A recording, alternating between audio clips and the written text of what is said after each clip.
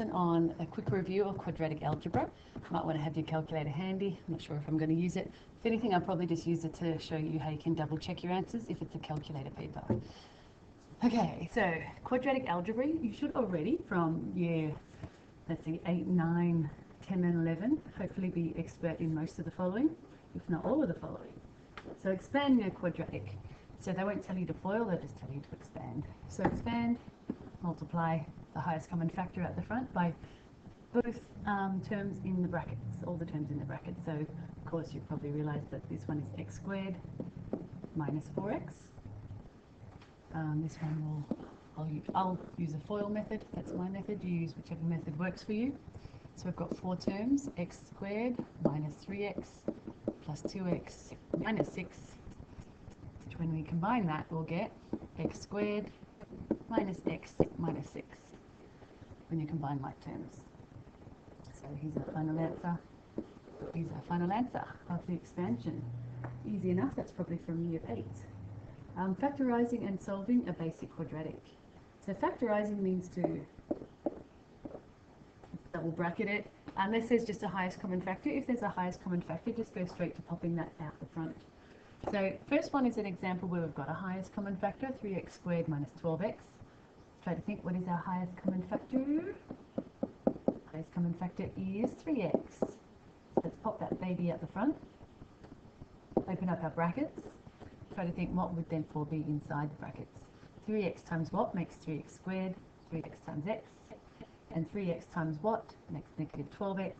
Let's take away 4. Brill. And then we've got another one here. X squared minus 7x minus 30. It's a regular quadratic, there is no common factor, so go straight to double bracketing. It's an x squared, so we've got x and x. So a is 1, so that just means it's a simple one. We can factorize like this. What's two numbers that multiply to give negative 30 and add to give negative 7? So because they multiply to give a negative, you already know one has to be a plus and one has to be a minus. And then you think, what two numbers would multiply to give 30? One's a positive, one's a negative, and then they'd add to give negative 7. So I start to think of factors of 30, like 6 and 5, 30 and 1, 3 and 10. Then notice 3 and 10 have a difference of 7 in this case. So because if I had plus 3 minus 10,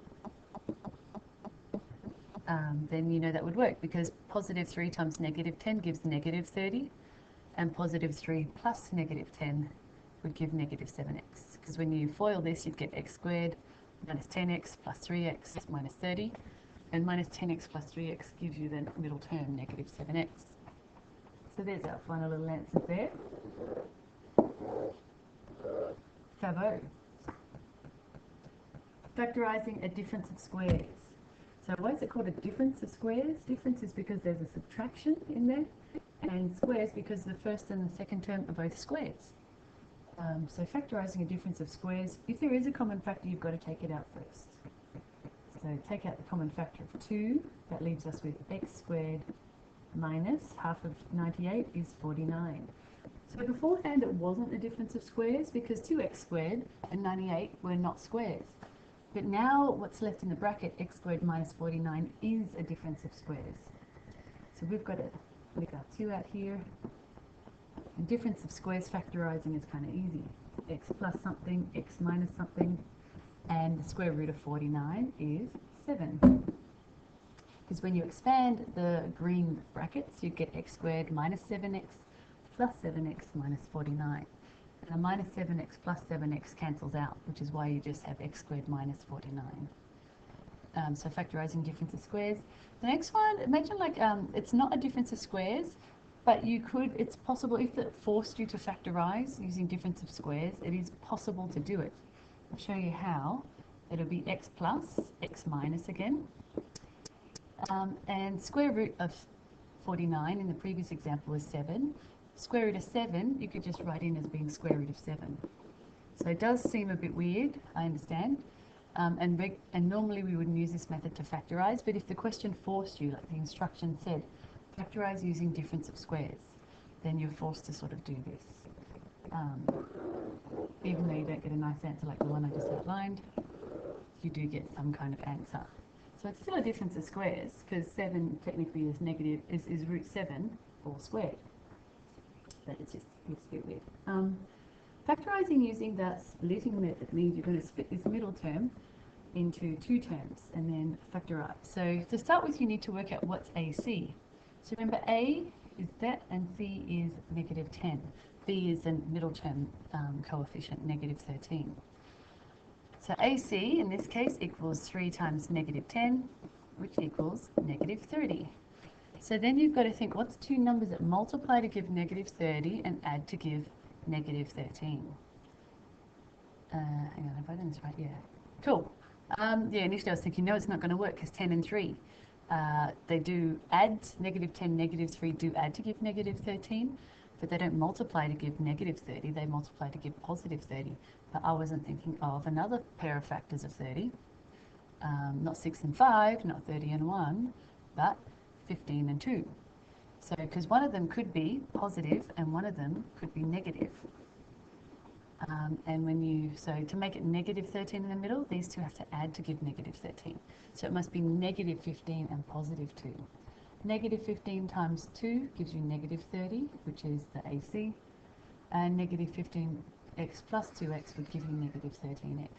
So what it means is we're going to split this middle term, negative 13x, into minus 15x plus 2x. So let's go ahead and do that now. 3x squared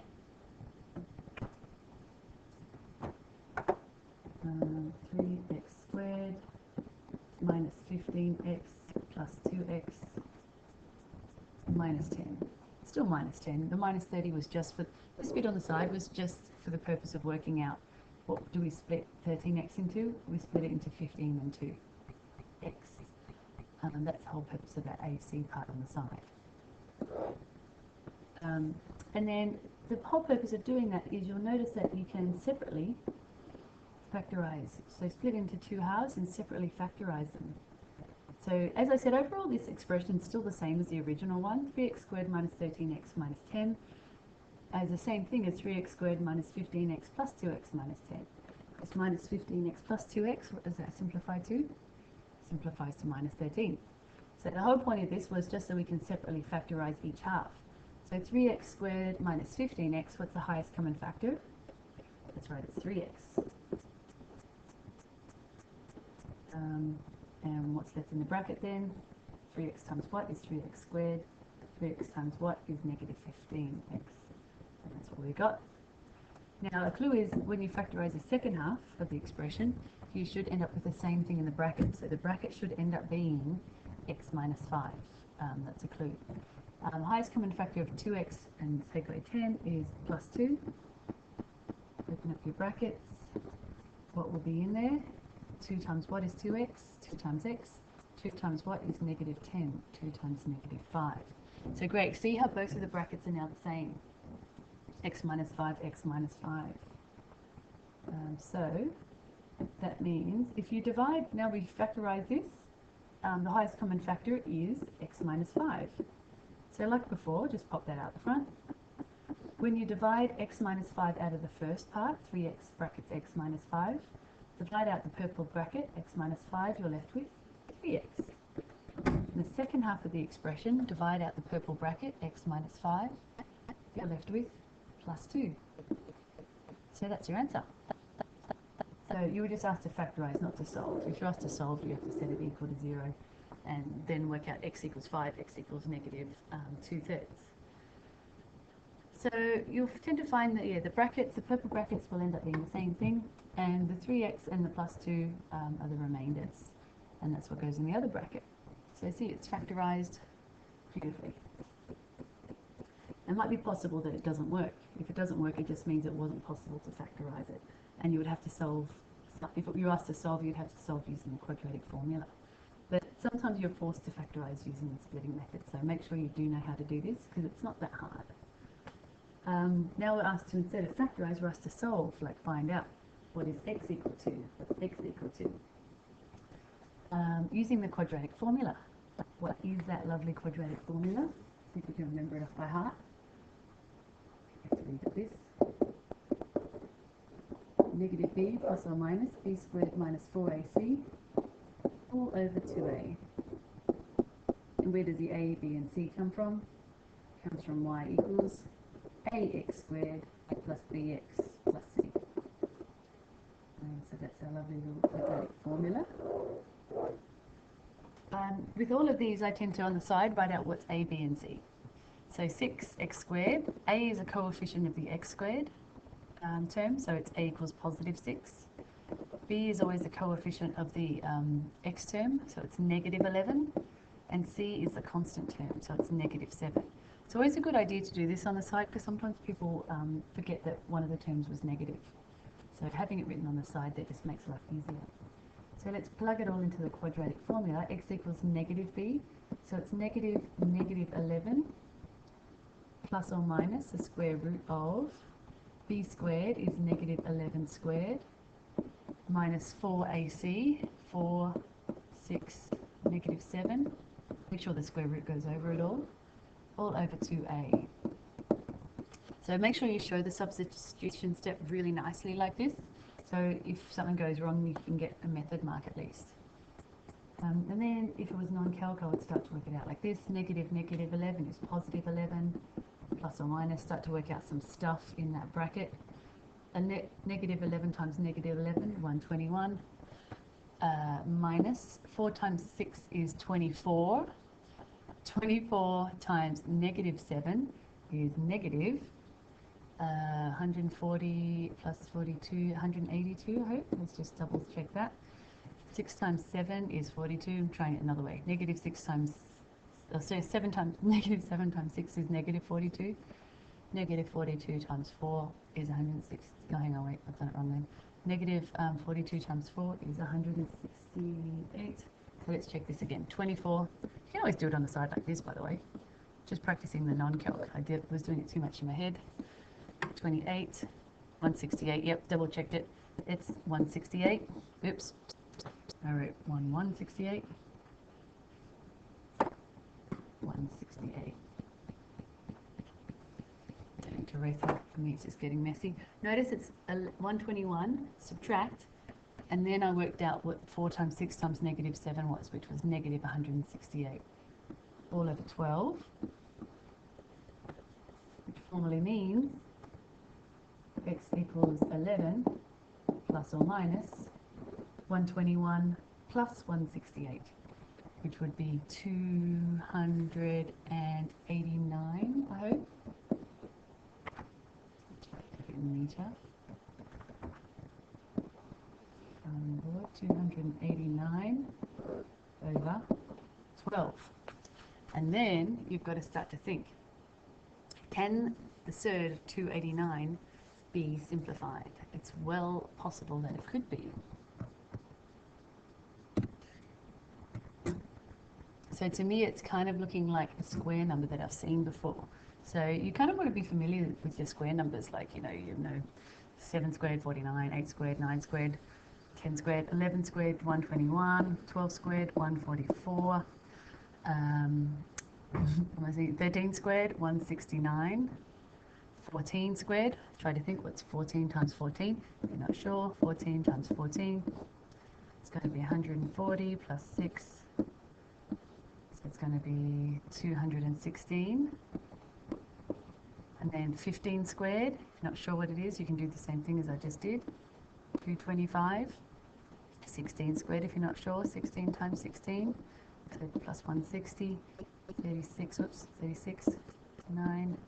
So it's going to be 256. 17 squared, what's 17 times 17? Showing you that there are strategies, if you're not sure, and it's non-calc. 49. 1 times 7, 4, 1, 1, 1, 9, 289. So how about that? 89. 289 is a square number. It's 17 squared. Okay, so that's going to become a nice whole number. So we're going to get x equals 11 plus or minus 17 over 12. So now we've got to separately work out those answers, because one of them is x equals 11 plus 17 over 12. The other one is x equals 11 minus 17 over 12. So it might be worth writing them both out. 11 plus 17, what's that? 28 over 12. 11 minus 17, what's that? 6 over 12. And you'd have to simplify those babies. So 28 and 12, what can you divide them both by? That's right, you can divide them both by 4, which will give you 7 over 3. 6 and 12, what can you divide them both by? That's right, you can divide them by 6. So we should get 7 over 3 and negative half as both our answers. And let's check, is that what it was asking for? I wanted us to solve using the quadratic formula. How would you check that if you had a calculator? Please do it without calc as much as possible when you're practicing, but then be aware that in a calc exam you can always check things, because you can use a lovely little app called Polysmart. App Polysmart 2, just number 4. Enter polynomial root finder. It's not a simultaneous equation. Our order of our polynomial, it's not a cubic, it's a quadratic. So select quadratic, order 2. What was the quadratic again? Let's go up and have a look again. It was 6x squared minus 11x plus 7. So 6 minus 11, sorry, minus 7 goes in there. 6. Let's plug it in. So A has to go in first, then B, negative 11, the coefficient of the x term, and then C, the constant term, goes in last. And you go to solve. Ooh, nice. See, we've got the same answers. Negative a half, 7 over 3. If you want it as a decimal, you would just select this. There you go.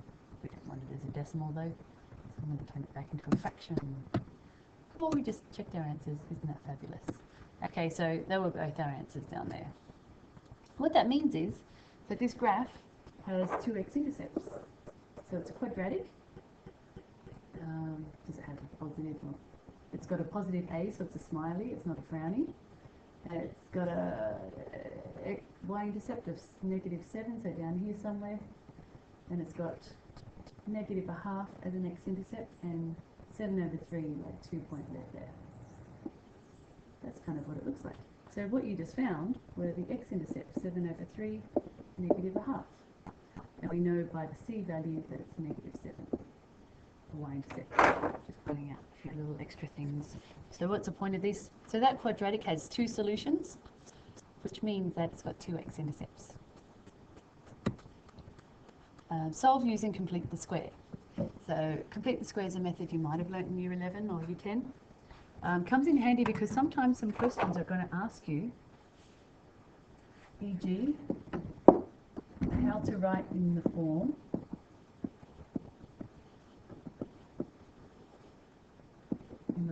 of, if they said y equals something like this, x minus h squared plus k. So quite often you'll have seen on like some past SL exam questions or topic assignment or test questions, they're asking you to write in the form that I've just written in green. So they'll give you a quadratic, they want you to write it in the form of x minus h squared plus k. So to complete the square method puts it into that form for you. This is what I tend to call the vertex form, because it tells you that the vertex will be at h, k. That'll be the coordinates of the vertex, because the vertex of x squared would be at 0, 0, and the fact that it's got minus h means it's had a horizontal translation, h units, and the plus k means it's had a vertical translation, k units. So hence why the vertex has moved from 0, 0 to that point. Anyway, back to here. Okay, x squared plus 6x minus 7. How would you turn it into that green form? And then what I'll do is I'll take it further and after that and I'll solve it for you, just because this question says to solve. Nice. Okay, so to solve using complete the square is we need to turn it into a perfect square first. So turn into a perfect square. By a perfect square I mean something like, for example, x plus 3 squared. If you think of it, x plus 3 squared, it would have been x plus 3 times x plus 3, which is x squared plus 3x plus 3x plus 9, which would be x squared plus 6x plus 9. So instead of x squared plus 6x minus 7, if it was a perfect square, it would be x squared plus 6x plus 9. The shortcut for finding out that it should be plus 9 is you take that b, and you always do this, you halve it and square it. And that will tell you what the constant term should be to make it a perfect square. So our b value in this case is positive 6. If it was negative, you'd have to put a negative. But mind you, when you divide it by 2 and square it, it's going to become positive 2 anyway. So what's 6 over 2 squared? It is 3 squared, which is 9. And so solve using complete the square, by the way, you've got to set it equal to 0 first. One thing some people love to do is they like to bring the 7 over first, so let's do that. Add 7 to both sides. X squared plus 6x equals 7, because it was minus 7, so we need to add 7 to both sides. Then what they do is they turn the left-hand side into a perfect square by adding in that purple constant term instead. So let's add 9 to both sides. So let's go x squared plus 6x plus 9. See, I've made a perfect square there. Equals 7. And don't forget, we've got to keep it balanced. We need to add 9 to both sides of the equation, or else it's not balanced anymore. So see, by adding 9 to both sides of the equation, the whole thing is still balanced as it was in the original equation. And notice the left-hand side, I've turned that into a beautiful perfect square, because if I factorize that, you don't have to do this, that I just show you this middle step, that would be x plus 3, and that's meant to happen. It's meant to become a perfect square that I could write like this instead. Equals, and then we've still just got to work out what's 7 plus 9.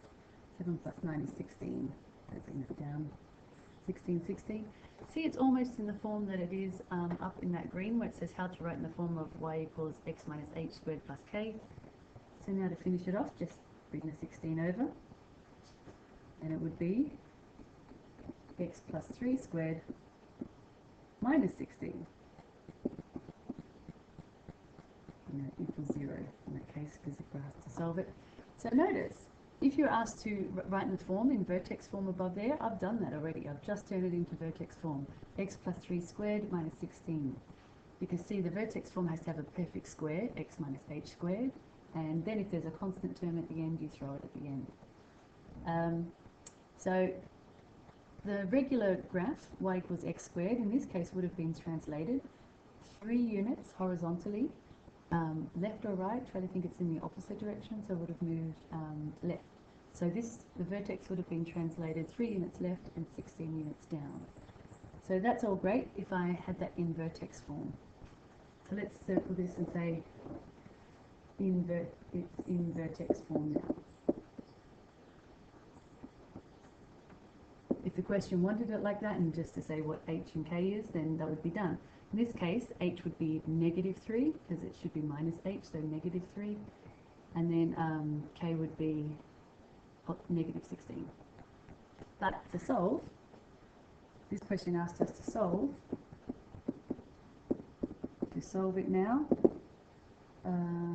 it's pretty easy. You just go, okay, x plus 3 squared, take it back to equals 16. And then take the square root of both sides, so we'd have to go x plus 3 equals plus and minus the square root of 16. So x plus 3, well actually let's just go x equals negative 3 plus or minus the square root of 16. Now let's write that out separately. X equals negative 3 plus the square root of 16. X equals negative 3 minus the square root of 16. And then if you can simplify the third, do it. And in this case we can, because square root of 16 is just 4. X equals minus 3 minus the square root of 16. So our final answers are x equals minus 3 plus 4, which is 1, and x equals minus 3 minus 4, which is minus 7. So we've solved using complete square method, like as opposed to quadratic formula. The theory behind quadratic formula is this, what we've just done now. Complete the square. The quadratic formula is if you took the expression ax squared plus bx plus c and you did the complete the square method to it, it would turn out looking like this. Great. Okay, so we've solved that one using complete the square method. You can check it with polysmall as well if you like. So now I'm just going to erase this because it's a bit in the way. Now the next one we've got is 2x squared minus 10x minus 3. It's a bit trickier. What we have to do is we have to divide each term by 2 first, because we need it to be in the form of where a is 1. So divide everything by 2. It's going to change it. It's going to become, also because it equals 0 over here, and 0 divided by 2 just stays. You can still do that. That just becomes 0. 2x squared divided by 2 becomes x squared minus 5x. 10x divided by 2 is minus 5x. Minus 3 over 2. Can't simplify that anymore. Equals 0. So now the next thing we've got to do is, okay, so what we did before, b over 2, the b term, which is 5, we've got to divide it by 2 and square it. Maybe the space, I'll do it here. B is 5, because it's minus 5, sorry. So you do, to complete the square, you divide it by 2 and square it. And that should give us negative 5 divided by 2 squared is 25 over 4. So this is an awkward one. We've got fractions, but it's possible to get ones like this. So equals 25 over 4. So that's a little thing we did on the side. So now we've got to, first of all, rewrite this as x squared minus 5x equals 3 over 2. Just add 3 over 2 to both sides. Now let's put in our constant term. X squared minus 5x plus 25 over 4. This constant term will always become a positive, because whenever you square anything it becomes a positive, equals 3 over 2, and we've got to keep it balanced. We've got to add 25 over 4 to both sides, like how we did add a 9 to both sides on the left. So the whole point of this is the left hand side is now a perfect square. What would it be if you factorized it? Out of interest, if you factorized it, it would be x minus 5 over 2. X minus 5 over 2. See, the way I worked out it was that. It's basically, it's the b term halved. The same thing over there, see on the left, x squared plus 6, x plus 9. And the brackets became x plus 3, x plus 3. So the plus 3 came from half of the b term, which was 6. So half of 6 was plus 3. In this case, the b term is negative 5. Half of negative 5 is 2. Because if you expanded this green quadratic, you'd get x squared minus 5 over 2x minus 5 over 2x plus 25 over 4. And minus 5 over 2x plus minus 5 over 2x is like minus 2.5x minus 2.5x, which is minus 5x. Nice? Sound confusing? Okay. And then we've got to add these left-hand sides together. So 3 over 2 plus 25 over 4. We need a common denominator. Lowest common denominator is 4. So change 3 over 2 to 6 over 4 plus 25 over 4. And then this nice little perfect square on the left, we can just rewrite as minus 5 over 2 squared like that. 6 over 4 plus 25 over 4 is 31 over 4. Yep. And we have beautiful vertex form now. So just reminding us, it's in vertex form in case that's all they wanted. So in this case, h would equal 5 over 2 and k would equal minus 31 over 4. Actually, I haven't quite got it because 31 over 4 I should bring to the other side by subtracting it from both sides. So 31 over 4, so k would be negative 31 over 4. So I haven't quite got it in vertex form yet. I'm just going to rewrite it once more. So it does look like it's in vertex form. X minus 5 over 2 squared minus 31 over 4 equals 0. Now it's in vertex form because I've got them together. So you can see more clearly then, h equals 5 over 2, k equals negative 31 over 4. But you would only bother to do this if it wanted it in vertex form. If they wanted you to solve, then you could go straight, you wouldn't have to do this extra little step over then. You could just leave the 31 over 4 on the right hand side and start solving, which is what I'm going to do to solve it now. To solve it now, we need x minus 5 over 2 all squared equals 31 over 4. And then we can take the square root of both sides. x minus 5 over 2 equals,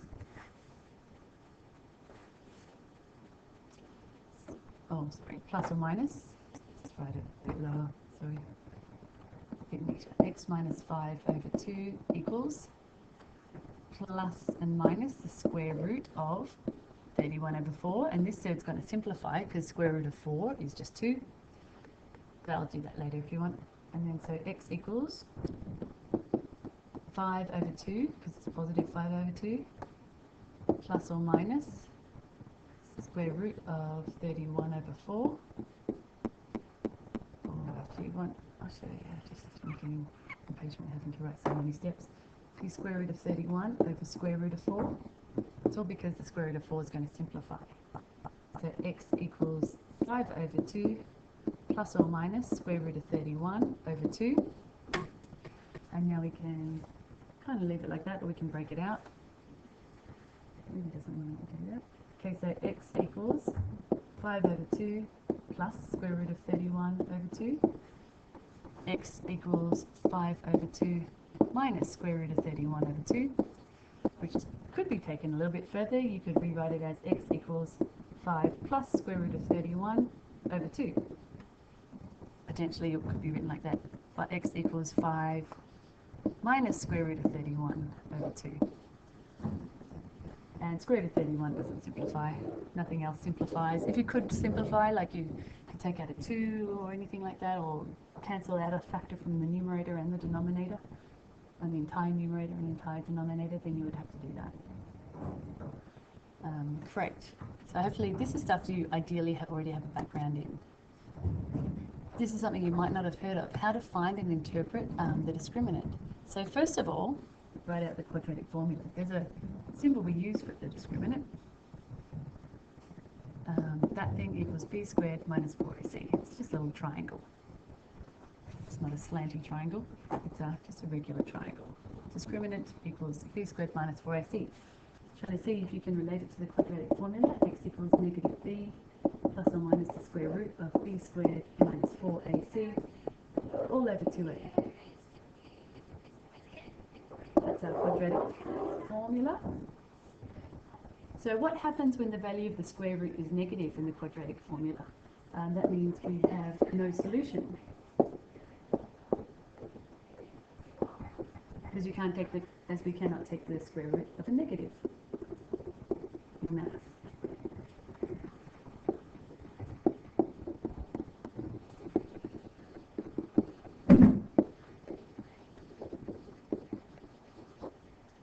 What happens when the value of the square root is 0? We will have one solution only, as plus or minus the square root of 0 is just 0. So you wouldn't have like plus 0 minus 0, you'll get the same answer. So overall you would have one solution. What happens when the value of the square root is positive? We end up with two solutions, like x equals x equals.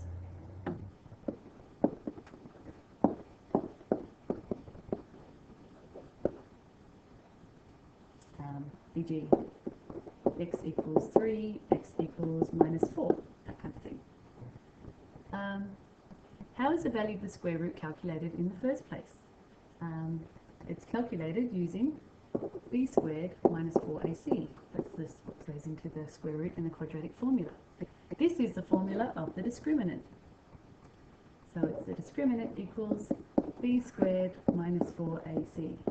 So that little investigation was to help you realize that the discriminant tells you how many x-intercepts the graph has. So it tells you how many solutions, which means x-intercepts, quadratic has x-intercepts the parabola, the quadratic has. So for example, 3 different types of quadratics.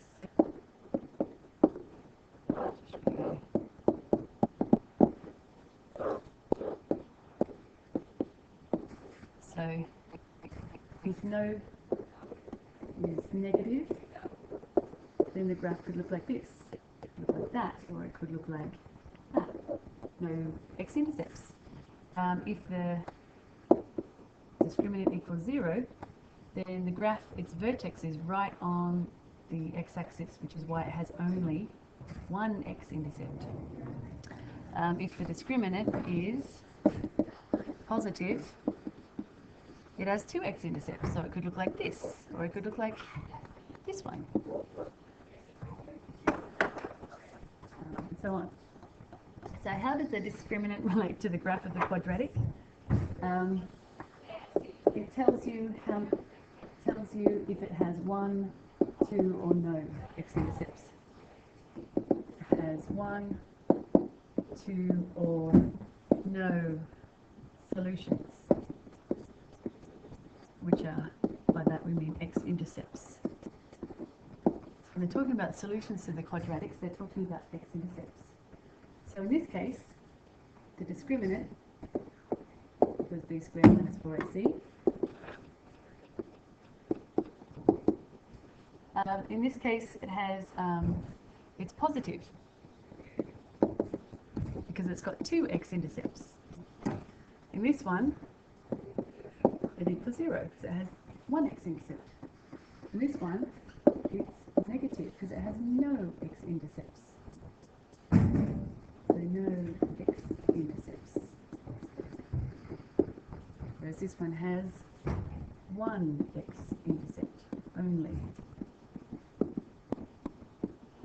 This one has two x-intercepts. It's not possible for a quadratic to have more than two x-intercepts for solutions. Here's a classic SL exam question.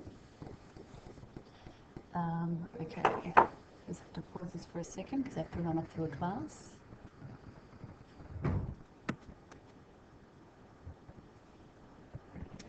Okay, so you're asked a classic SL exam question.